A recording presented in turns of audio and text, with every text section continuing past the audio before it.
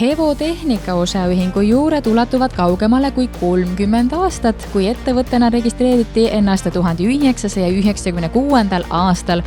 Kogu see pikk periood on olnud üks pidev areng. Kui ettevõtte algusaegadel tegeleti eelkõige talutehnika remondiga, siis tänaseks on ettevõtte välja arendanud päris oma tooted. Ettevõtte põhitoodanguks on põllu- ja metsatehnika haakeriistad. Toodang on leidnud klientide poolt heakskiidu ning tänasel päeval eksporditakse oma tooteid kõikidesse Skandinaavia maadesse, Lätti ja ka Suurbritanniasse. Ettevõte on aasta-aastalt suutnud oma käivet kasvatada ning järgmisel aastal on ettevõtte fookuses tootmishoonete laiendamine, et oma tegevuses järjekordne arenguhüpe teha. Hevo Tehnika osaühing on Saarde valla jaoks tubli ja stabiilne ettevõte, mille loomist ja arengut on olnud rõõm jälgida.